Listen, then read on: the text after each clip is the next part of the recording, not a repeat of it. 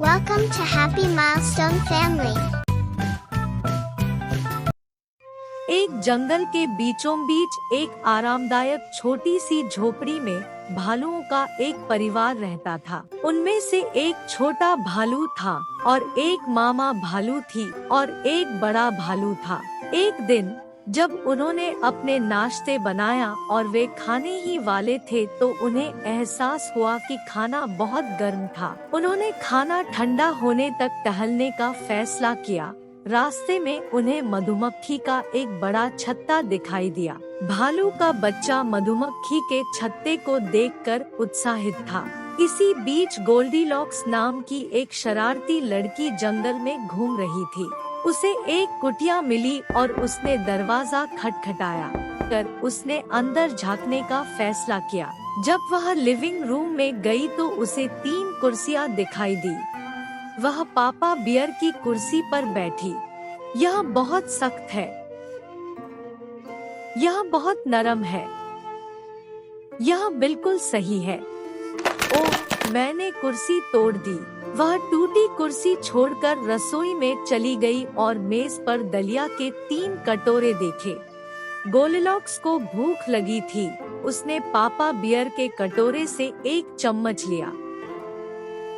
यह बहुत गर्म है, यह बहुत ठंडा है, यह बिल्कुल सही है। उसने कटोरा खत्म किया। गोल्डीलॉक्स चल रही थी और उसने खुद को शयन कक्ष में पाया। वहाँ 3 बिस्तर थे।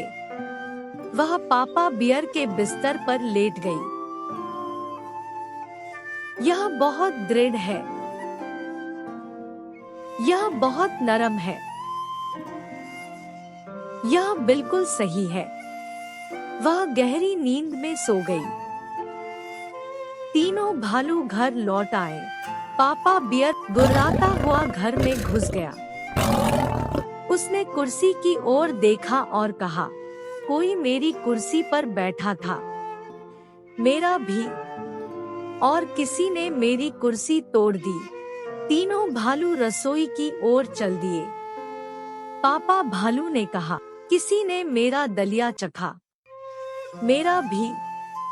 और कोई मेरा सारा दलिया खा लिया। वह बच्चा और निराश हो गया और शयन कक्ष की ओर चल दिया। पापा भालू बोले, कोई मेरे बिस्तर पर सोया था। मेरा भी।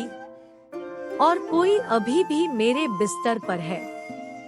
भालुओं की आवाज सुनकर गोल्डीलॉक्स जाग गई। वह हकलाते हुए बोली, मुझे बहुत खेद है। मैं तो बस उत्सुक थी। जिज्ञासा ठीक है, लेकिन दूसरों की चीजों का सम्मान करना जरूरी है। हाँ, किसी भी चीज को छूने से पहले अनुमति मांगे और दूसरों के सामान के प्रति सावधान रहें। गोल्डीलॉक्स ने अपनी गलती का एहसास करते हुए ईमानदारी से माफी मांगी। भालुओं ने उसका सच्चा पश्चाताप देखकर उसे माफ कर दिया। Don't forget to hit that subscribe button, give us a thumbs up, and share the video. Thank you.